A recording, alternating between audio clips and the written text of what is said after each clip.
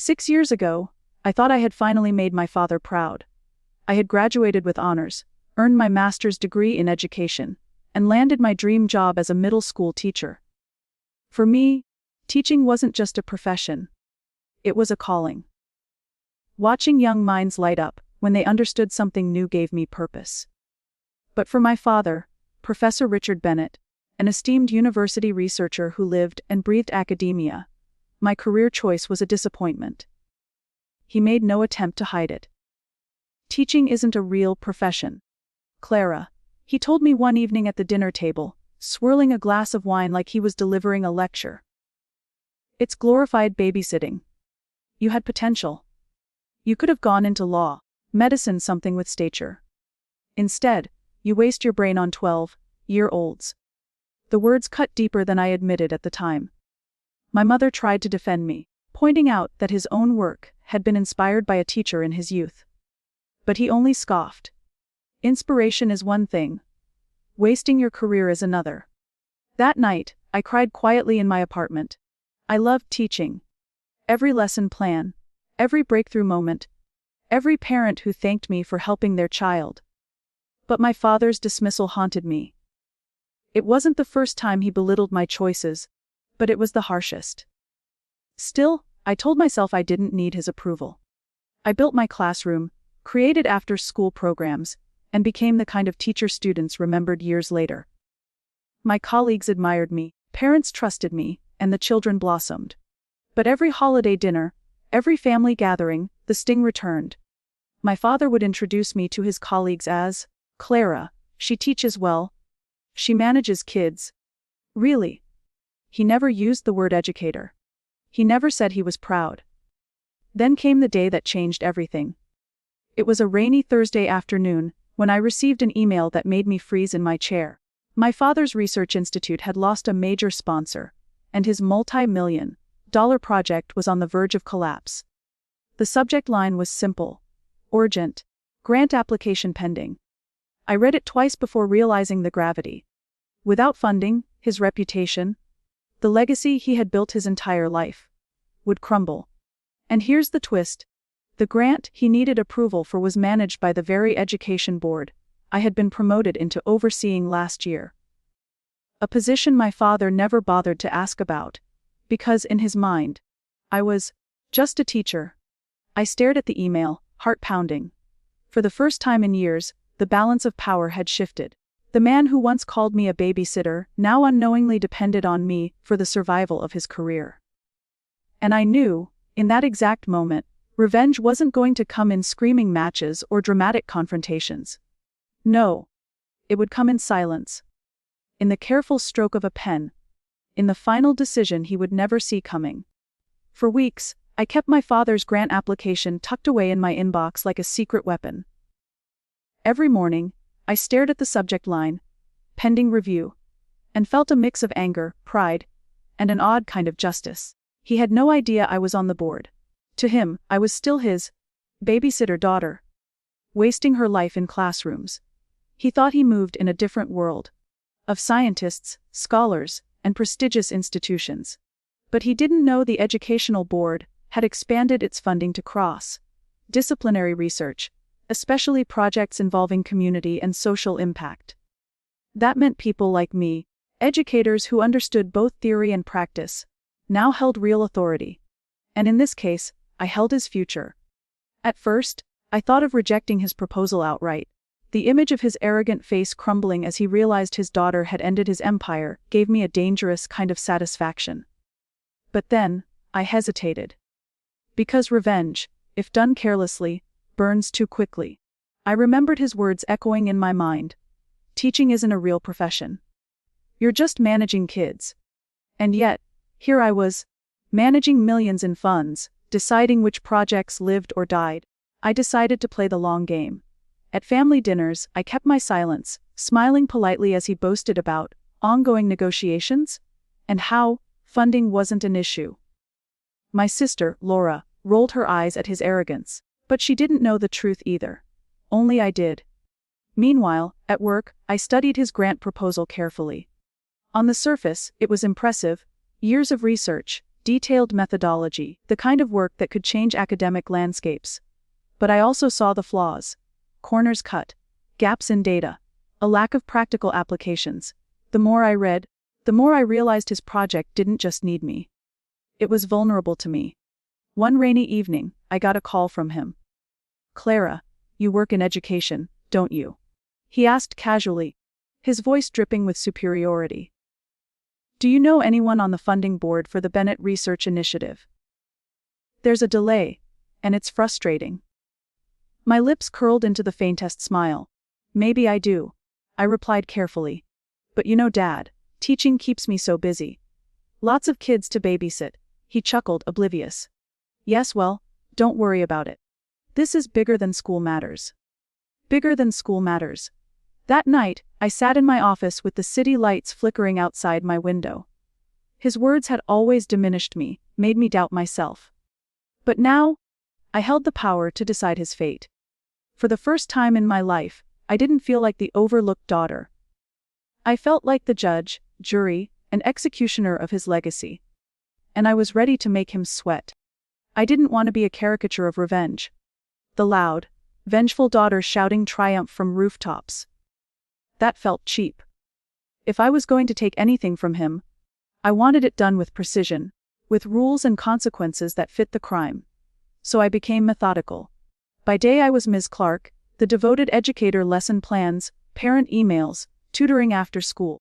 By night I became something else. A careful reader of proposals, a student of grant guidelines, a watcher of board minutes. I learned how funding decisions were made, who the gatekeepers were, which clauses were non-negotiable, and which could be interpreted narrowly. The more I dug, the more I realized his work, brilliant on paper, was brittle where it mattered: real, world impact, transparency, measurable outcomes.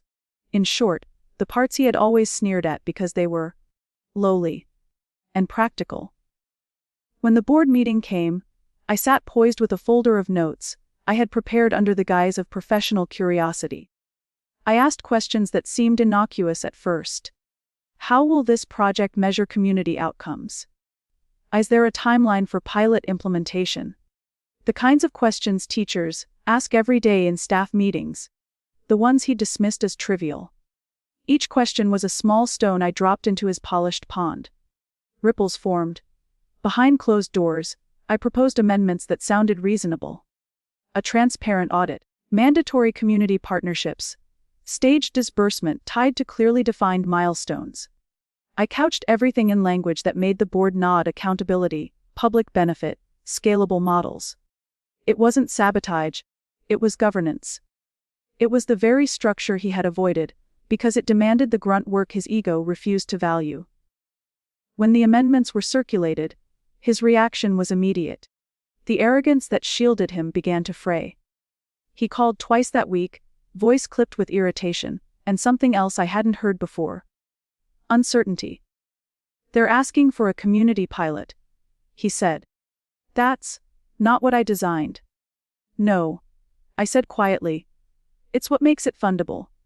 I watched him scramble to assemble collaborators, to locate partners in school districts he had never properly engaged. He had always preferred theory over practice, citations over conversations with parents.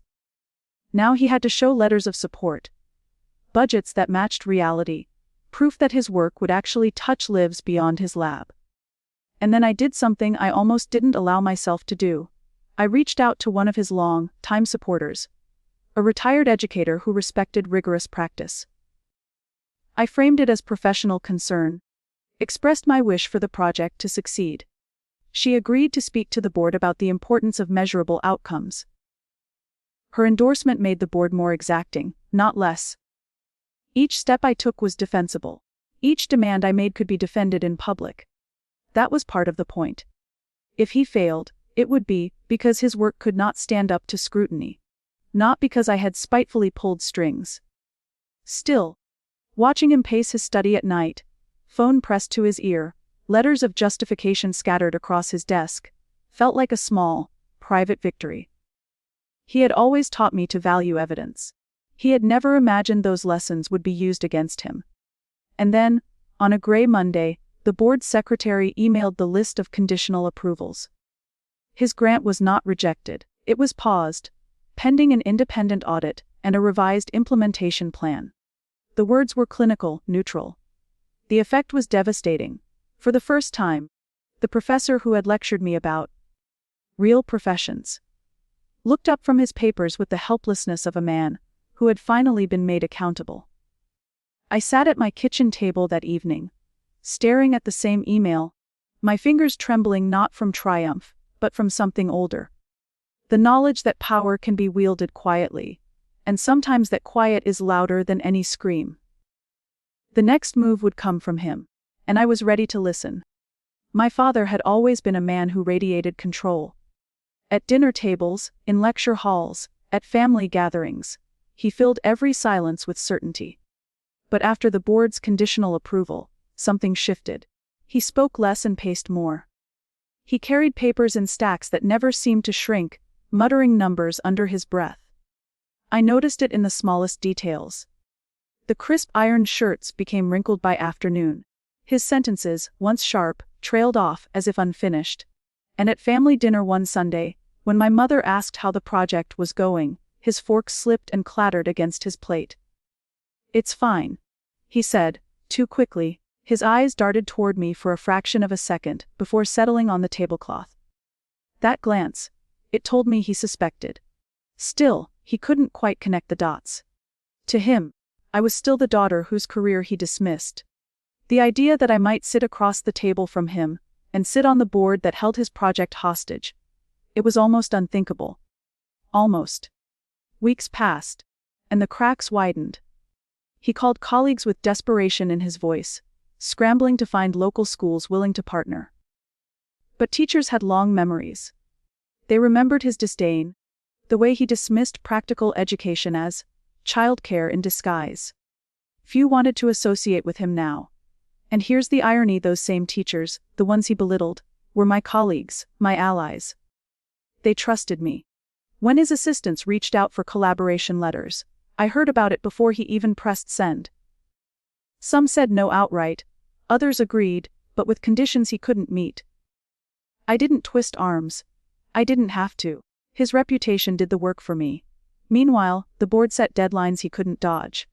Progress reports, compliance checks, draft audits. Every requirement was a mirror showing him what he had ignored his entire career. The human side of education, the structure behind the theory. One late evening, I passed by his study. The light was on, and his shadow stretched long across the hallway. He was hunched over his desk, head in his hands, a man unmoored. The proud professor reduced to a father whispering to himself. They don't understand. They can't see the bigger picture. But I understood. I saw everything. The next morning, my phone buzzed. It was him. "Clara," he said, his voice rougher than I'd ever heard it. "This board, it feels different. The requirements, the questions, it's like someone's orchestrating it." I let the silence hang, just long enough to let doubt bloom. Then I answered lightly. "Maybe they just want accountability, Dad. Isn't that reasonable?" He exhaled sharply. For the first time in my life, he had no clever retort. Just silence. That silence told me my quiet revenge was working. He wasn't beaten yet, but the armor was cracking. And soon, he'd have to face the truth. The daughter he once called a babysitter now controlled the fate of his empire. The day of the final board meeting arrived. My father looked 10 years older as he walked into the hall. Shoulders slouched, tie askew. He carried a leather briefcase stuffed with papers, the weight of his dwindling credibility pressing down on him. I sat at the far end of the table, a stack of files in front of me. Heart steady in a way it had never been when he stood over me as a child. He launched into his presentation, voice still forceful but brittle around the edges. He spoke of theories, models, grand visions. Words that once captivated rooms, but now fell flat against the board's stony expressions. When questions came, they weren't about his brilliance. They were about the audits, the missing partnerships, the lack of measurable outcomes. And every time, he faltered. For once, the man who had called me a babysitter had to justify himself like an underprepared student. The irony was almost poetic. When the chair turned to me for comment, the room went quiet. My father's eyes lifted, and in that moment, he saw me not as his daughter, but as a gatekeeper. The recognition drained the color from his face. His lips parted as though to speak, but no words came. Professor Clark's work is ambitious. I began evenly, but ambition without accountability is dangerous. The data is incomplete. The partnerships are superficial. We cannot allocate millions based on prestige alone. This board exists to ensure fairness, and I recommend we withhold final approval until the project meets every standard required. The words landed with the weight of judgment. The vote was swift. Unanimous. Funding denied. My father sat frozen, staring at me as if I had pulled the ground from under him. When the meeting adjourned, he lingered, waiting until the others filed out. You. He whispered, voice trembling. I was you all along. I stood, collecting my papers slowly. No, Dad. It was your choices all along. I just made sure the rules applied to you, the same way they apply to everyone else. His eyes glistened. Not with anger, but something more fragile. Regret, perhaps. Or maybe just the shock of finally being powerless. I walked past him, heels clicking against the polished floor. For the first time, he didn't stop me, didn't correct me, didn't diminish me. He just stood there, small and silent, while I carried the authority he had once told me I would never have. Outside, the autumn air was crisp, the city alive with motion. I breathed deeply, letting years of belittlement, dismissal, and invisibility fall away like leaves in the wind. He had called me a babysitter. But today, I had babysat his empire, and put it to bed.